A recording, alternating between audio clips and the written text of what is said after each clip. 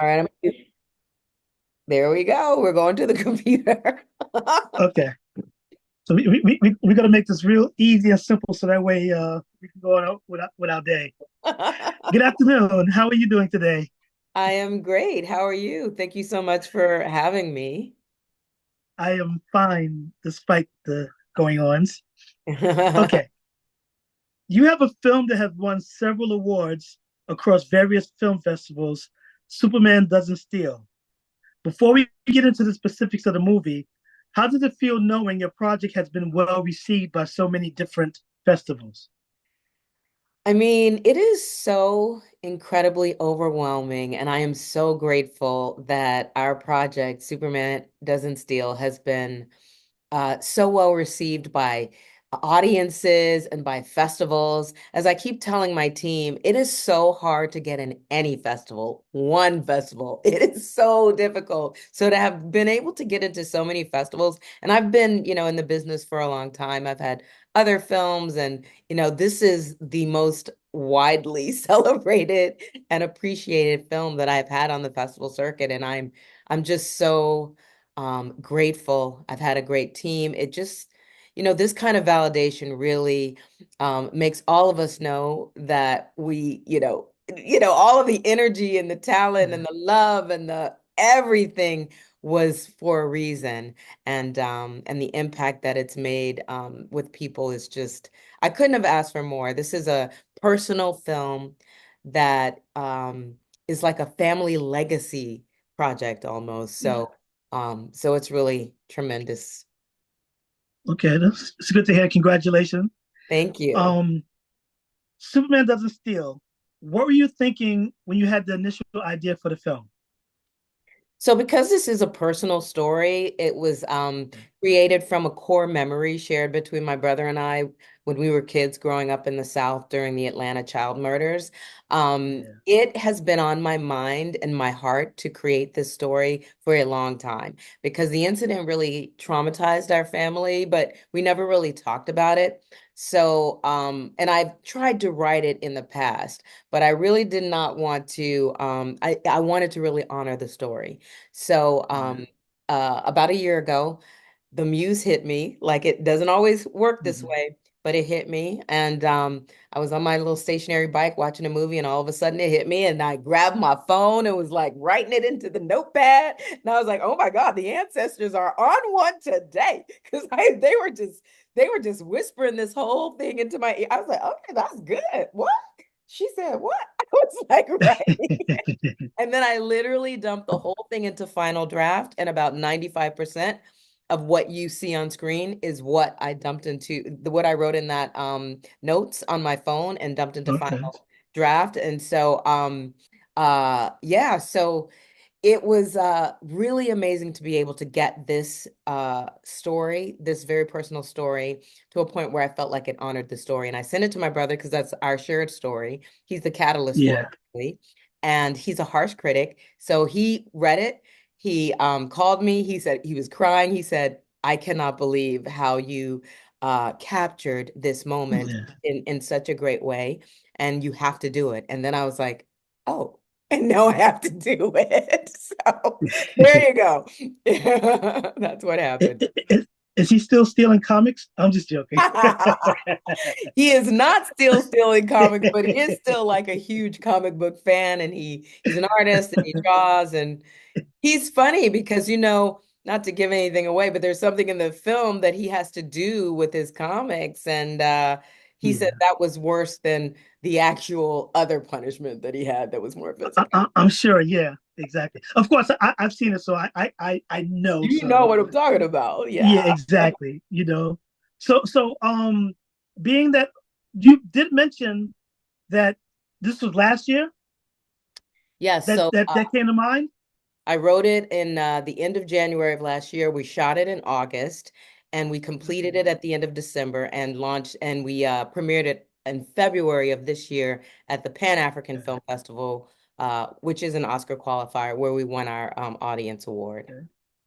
Yeah, because that was one of my questions further down, where I was going to ask you like, how long did it take from the idea to actually the final edits? But that was a good segue into it.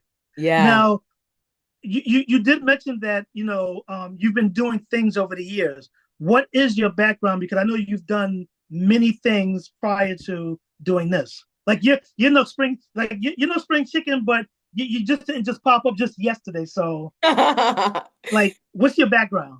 I'm no spring chicken, but I hope I still look like a little chickadee. Oh no, no, yeah, no, no. And yeah, I would say I hope you wasn't offended when I said that. I I wasn't. meant that more about your experience when I said it like Absolutely. that. So No, it's great. I've been in the industry for a long time. I started out acting. I went to school for acting. And then I was writing. I've always been writing.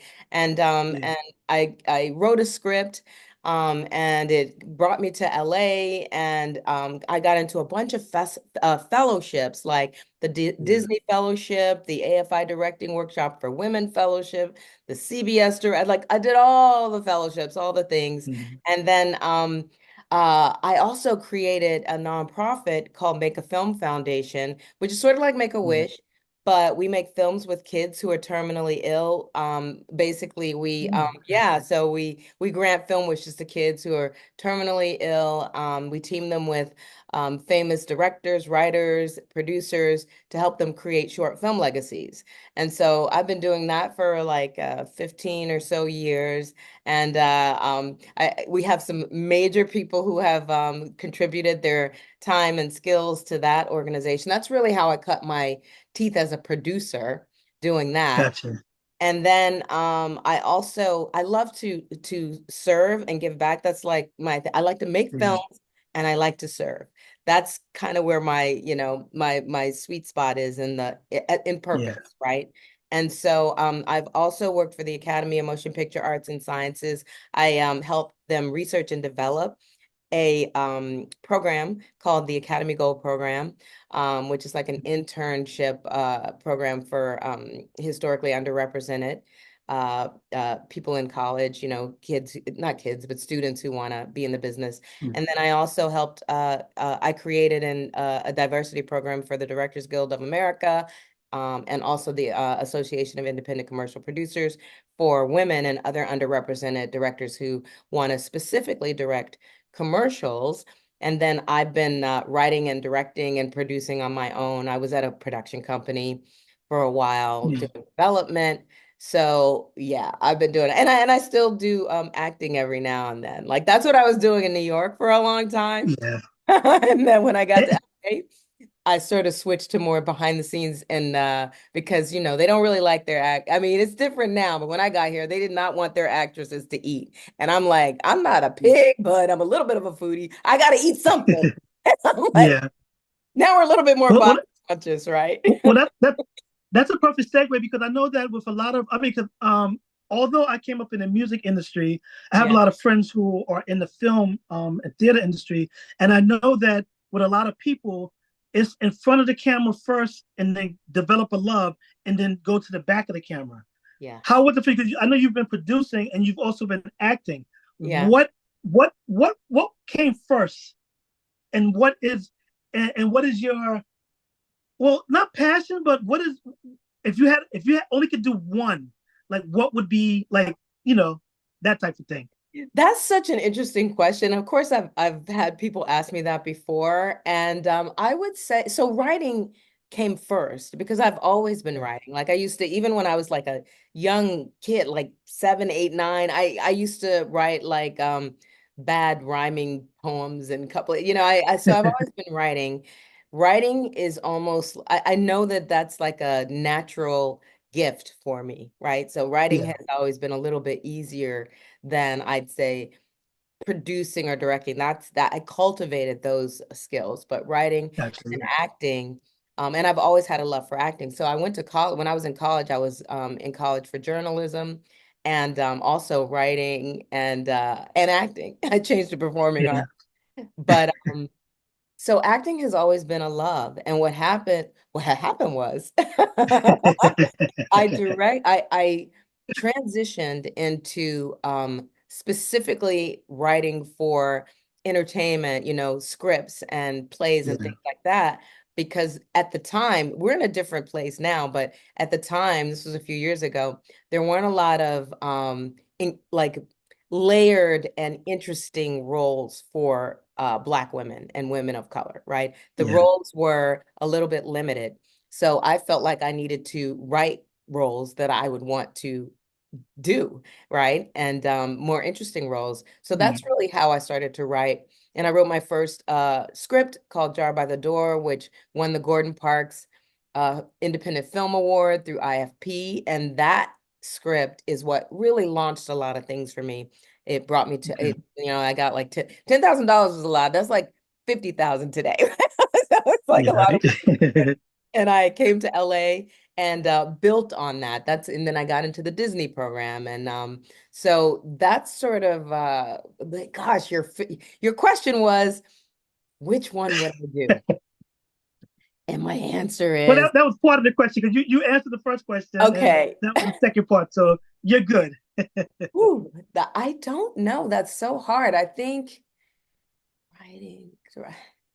That's a really hard. It wouldn't be producing because producing is I love producing, but I that's another thing that I was doing out of necessity. And I love producing for my Yeah. organization, but not to, we producers know that in a way it's a little bit of a thankless job. Like we're doing that because it's just a gift and we love putting all the pieces together, right? But you know, Yeah. you don't really get I, all I, the glory, right? I, I'm gonna tell you what's funny because like the way I have my questions lined up, like your responses like jumped ahead to other ones, and I'm like, okay, so I was trying to package it like let's focus on the film and Yeah. focus on the career. But this is fine because it's still, I'm still getting the information that I would need anyway. Okay. And you mentioned about the producing, and I Yeah. know that you wrote, produce, um, wait, where's the question? Director, producer, and writer, and you also acted in it. Yes. So, how does it feel to have all of those responsibilities? Because I know, especially in this industry, sometimes, like you said, you have to do it, but sometimes, like some people aren't able to do so many different roles at one time, especially for a project. Doing four different projects, of course, but how were you able to handle it and still keep your sanity if you have kept your sanity? Well, I definitely didn't keep my sanity, that's for sure. But it is hard. And I am somebody who literally said, wow, I don't know how anybody can like direct and be in something, blah, blah, blah, right? And I said, I probably would never do that. And here I am. And and I think I really felt like because it was a personal story, then I felt like I could sort of handle it. And Yeah, also realized that I needed a major team behind me. So I needed people behind me, not just like producers, but producers who loved me and had been had worked with will me, put up with you. put up with me. We worked together a lot. They're like, we're gonna love her no matter what. You need those kind of producers when you're wearing all the hats. And we had an excellent team. Like we shot during the two strikes. So it was a weirdly Oh, wow. win-win sort of situation because and we shot, it was outside of my comfort zone because we shot in Atlanta. It was the first time I was shooting in Atlanta. And so, although I was fighting for my comfort zone of LA, and then I realized I was never going to get the look of the deep, luscious green South Yeah, in LA that I needed. So we shot in Atlanta. And the win-win was that everybody wanted to be working and no one was working. And people wanted to work on a good project. So I was able yeah, to get incredible people who typically would not have been available, right? And maybe wouldn't have done it for what we could offer them. We paid them, but it wasn't their yeah, typical rate. So that's why it was a kind of a win-win situation, and we were able to do that. I think I answered your question. Did I? Did I yeah. just? I mean, a question that you answer is always an answer, and the right answer is going to be what you present as opposed to what I'm asking for. So I'm Okay. cool with it. Okay. Okay. Now, I'm also a creative. I used to sing, I used to do music. So I label myself a creative. So I understand with anything pertaining to the arts, there is bound to be hidden gems or meanings. But actually, no, no, no. I actually skipped over. No, I'm looking at a question. When I looked up, I went to the wrong question.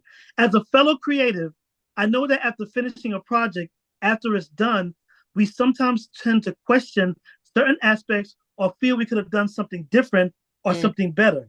Did yeah. that happen with this film?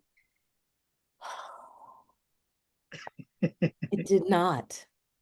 And Oh this, wow. Okay. yes, this is that was a sigh of gratitude, right? Wow. Inc Okay. Incredible gratitude because I've definitely made other films, you had to lose a shot here or there. It didn't This film really was the vision that I had and more. Oh, As it was happening, I would be like, I cannot believe that my film is actually unfolding exactly yeah. as I had envisioned it because that never happens. It just never does. It was so, which is why I just feel like so grateful to my team and grateful my cinematographer, Erin G. Wesley. It's a Black woman. We don't have a lot of women cinematographers No. anyway, or Black female cinematographers. She is a superstar. She was incredible. And the entire team, production design, all of the people, it was just they all were wonderful. And even on set, you could say I was getting moved sometimes, and I would say to her, it's literally like Mm. I'm seeing it happening as it happened all those years ago. And my brother was on set as well. He's a consultant Ah. producer. We gave him a role as like the a little meta moment. He's like watering the lawn as he's some crazy stuff is happening, but it's him. So he gets to see himself, right? And so yeah, and even he was moved. We both were like crying at certain points because, not in front of the crew, just in front of my Yeah, DP. yeah. Hold the emotions. Hold the emotions. No crying on set, unless you're an actor and you have to in front of the camera. But Yeah. yeah, I was Unless moved. it's scripted. Exactly. But I was just so moved that the actual vision was unfolding in such a visceral and authentic way. That's good. Now you've done over 100 short documentaries and 4 films. Am For I short correct with that? films with our Well, yeah. yeah, with our I just want foundation. to make sure I did my research correctly. Absolutely. Yes. Now I know I'm about to ask the type of questions that like children don't like to ask their parents, but which ones that you've worked on that you are most proud of and why? So with the Make a Film Foundation, those films, it is very hard to say which one is my favorite because I, although I don't have favorites in that way, I will say there's a couple, they all impacted me for different reasons. Yeah. So I'll just talk about the last one. The last Okay. one impacted me because it seems like every year we were building and building and they got more expansive and we had more incredible people working on our film. This last film was for a 16-year-old who he had stage 4 adrenal cancer. And we had a limited time to make his movie. And he really was a filmmaker, but he would actually say, I don't want to die. He voiced these words to us all the time, but he um he was at a late stage and the doctors just Yeah. were saying he's gonna die. Even when he came, we brought him out to LA. Um, he was saying that I don't know if I can come because I have to take my chemo. But when we talked to his doctors, they said the chemo was just a placebo at this point, but they just didn't want to tell him that. So we were Yeah. literally watching him die, honestly, in front of our eyes. But what was incredible was he had such a huge amount of industry support. We had people like Johnny Depp, J.K. Simmons, um, uh, uh, Laura Dern, like these incredible people in his movie, major superstars. And we also had incredible people behind the scenes supporting his project. So he had multiple wishes in one. And so it was hard because it was bittersweet, right? Like he Yeah. got the movie, he got the film that he wanted, he got to see it. We had a couple of premieres, one at his high school, one in his hospital room, and one at the academy of, a big one at the academy. But even when he was on the week he was passing away, he was in a coma. He slipped out of his coma, called one of our producers and was asking her, talking to her about the film. and saying and talking about what he wanted the poster to look like. And then that was the last time that he came out of his coma. And so we Yeah. knew that that was so important to him. And Yeah. it's that kind of thing. So every time I see that film, it's called The Black Gondola. Every time I see that film, it's like he's with us. So that's the purpose Yeah. to me of the organization. The kids never go away. When they create these films, they have it for their family, they have it for us, and their spirit lives on forever. So they don't really, their spirit is always alive on film. And that's really the purpose Yeah. of the organization. And I know, I mean, it's definitely a great thing to do, and I know that that's something that's near and dear to you. But does it take its toll knowing that the people that you're doing this for, like, literally have a short life? Like, It, does that affect you in such a way where it's like, and like, I don't mean to bring it down, but like, as I'm listening to you, I'm like, as much joy as it brings you, like in the back of your mind, you have to be thinking like, wow, this is the last time I'm going to see this person or this person or this that other. Like, does that like touch you in a way where it affects you? I yes, shouldn't say negatively, but just yeah, yeah, it definitely does. And I have found that what I have to do is hold a different kind of space as the person who's sort of the source of all of this and all the yeah, pieces. I have to hold a space for people who don't know what this is until they're in it. Because when we're on set, a lot of times people don't know what they're there for. They don't know what they're doing. They have some yeah, basic idea and then they get there and they go, oh my God, this is what we're doing. We're making a film for yeah, a kid who's about to, this is what we're doing. And so they're in the moment dealing with that. We have the yeah, kids who have a different understanding about what is happening and their situation physically and the expiration date that somebody has maybe put on their life and then they're dealing yeah, with this could be their legacy. This is what they want to say, what they want the world to be left with. But I hold that space while I'm on set and through the whole process. yeah, And then when it's done, that's when I can sometimes, and when I'm talking to people like you, yeah, sometimes I get the overwhelming emotions and it hits me. But I try not to let it hit me while I'm on set or dealing with the kids or the yeah. other people. Yeah. Yeah, But because it weighs on my mind just thinking about what you're doing. That's the only reason why I asked, because I'm like, it's definitely a great thing, and I applaud you for doing that, and wish you more luck as you go further. But like I said, I'm pretty sure that it's heavy. yeah. But let me bring the mood back up a little.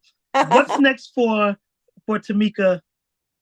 What's next? Like, or let me rephrase it. Is there anything that you like to do that you can mention Yes. that you'd like to complete or is in your vision? Because we all have visions. I haven't completed mine yet, and mine started at 17, but that's another story. But what's next, or what's coming up for like when Sydney calls me next year and be like this, that, and other, what is he going to tell me that you're doing so that way I can prepare for it?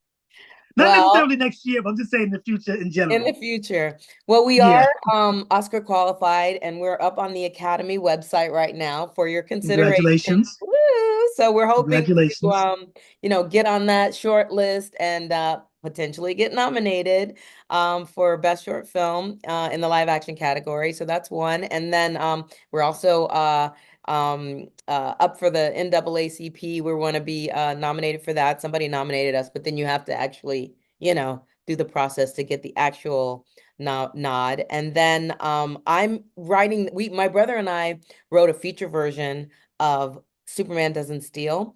And Okay. I developed it in Dan Lynn's Ride Back Rise Fellowship. And we were chosen for Gotham Week's market. And we had some meetings there. And we got invited into the second round of Sundance Screenplay Lab. So, and we have some people, really supporting us. Anja Nua Ellis, I've bumped into her a couple of times on my festival journey. And she saw the film and really loved it. And we were talking, and she was like, I want to work with you. I'm like, well, I want to work with you, Hunty. I really do. And so, I'm a big fan. And so, she actually wrote an incredible quote about our film. And I'll have Sydney share that with you. I don't know. I don't think I have it on me, or I would just tell you what it is. But Yeah. yeah, but Sydney, if you could put it in the chat, I'll read it, Sydney. But yeah, so she sent us this remarkable quote, and yeah, and so we're just looking to, and I'd love for her to be in the feature. Let's just say that I have a role for her in the Of feature. course.